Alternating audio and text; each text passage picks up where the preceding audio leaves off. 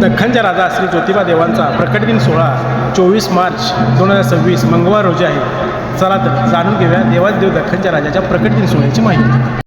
दख्खनचा राजा केदारनाथ म्हणजे ज्योतिबा हा एक अलौकिक पूर्णावतार आहे। होय, अलौकिक पूर्णावतार। चला तर जाणून घेऊया देव कसे प्रकट झाले। द्वापारीच्या शेवटी पृथ्वीवर करवीर, कोलासूर, रक्तभोज आणि रत्नासूर असे अनेक राक्षस शिवशंकराच्या वरदानाने उन्मत्त झाले। त्यातच भर पडली अगस्त्य शिष्य विंध्याद्रीची। देवर्षी नारदाने त्याला हिमालयाशी बरोबरी न करण्यातच तुझा शहाणपणा आहे असं हिनवल्यामुळे तो चिडला आणि हिमालयाची स्पर्धा करत वाढू लागला। विंध्याद्रीच्या या वाढणाऱ्या उंचीमुळे सूर्यरथाला सुद्धा अडथळा निर्माण झाला। दक्षिण दिशा यामुळे अंधकारमय झाली। साहजिकच दक्षिणेकडे करवीर, कोलासूर, रक्तभोज, रत्नासूर आदी राक्षसांनी सुरू केले अत्याचार, अनाचाराचे थैमान।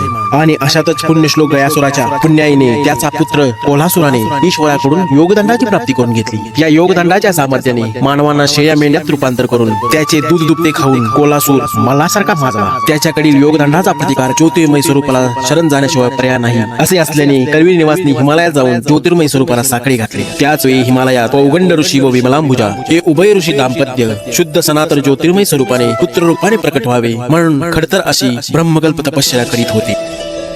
आणि इकडे दक्षिणेकडे इंद्राच्या सांगण्यावरून अगस्त्य ऋषींनी विंध्याद्रीची समजूत काढून त्याची उंची कमी केली। दक्षिण दिशेचा मार्ग मोठा आणि इकडे हिमालयी महालक्ष्मीच्या विनंतीवरून आणि पौगंड ऋषी व विमलांबुजा या ऋषी दाम्पत्याच्या तपस्येवर प्रसन्न होऊन पूर्ण ब्रह्म सनातन केदारनाथ एक चैत्र शुद्ध षष्टीयुक्त सप्तमीला एक सूर्योदयाला रविवारी ब्रह्मा, विष्णू, महेश, कोटी सूर्याचे तेज आणि जमदग्नींचा क्रोधांश असा एकत्रित अवतार धारण करून प्रकट झाला देवादिदेव दख्खनचा राजा केदारनाथ। अशा या अलौकिक अवतार त्रिभुवन पालक म्हणून स्तुती करताना सप्तऋषी श्रेष्ठ गुरु वशिष्ठ म्हणतात ज्योती स्वरूपा त्रिभुवन पालकाक्ष अरूपा अगमी नगमी अजपी जपा अमल कमल दयी भ्रमर गिरावला। तर देवर्षी नारद या अनंत स्वरूपाची स्तुती करताना म्हणतात नमोस्त्वनंताय सहस्त्राक्षाय सहस्त्रपाद सहस्त्रशीर्षाय पदभ्याम शोद्र अजायताय तन्मय ज्योती स्वरूपाय नमो नमः। या अलौकिक तेजस्वी स्वरूपाची स्तुती करण्याचा मोह धरणेदर शेषाला न झाला तर नवलच। आपल्या सहस्त्रमुखांनी शेषाने प्रयत्न केला पण त्याच्या रसना थकल्या आणि शेषही थकला। अशी अवस्था झाल्याने शेवटी थकून बघून श्रींच्या चरणी राहिला म्हणून श्रींचे मुख्य वाहन शेष आहे। त्याच वेळी शेषाने सहस्त्रमुखांनी केलेली स्तुती म्हणजे केदार सहस्त्रनाम होय।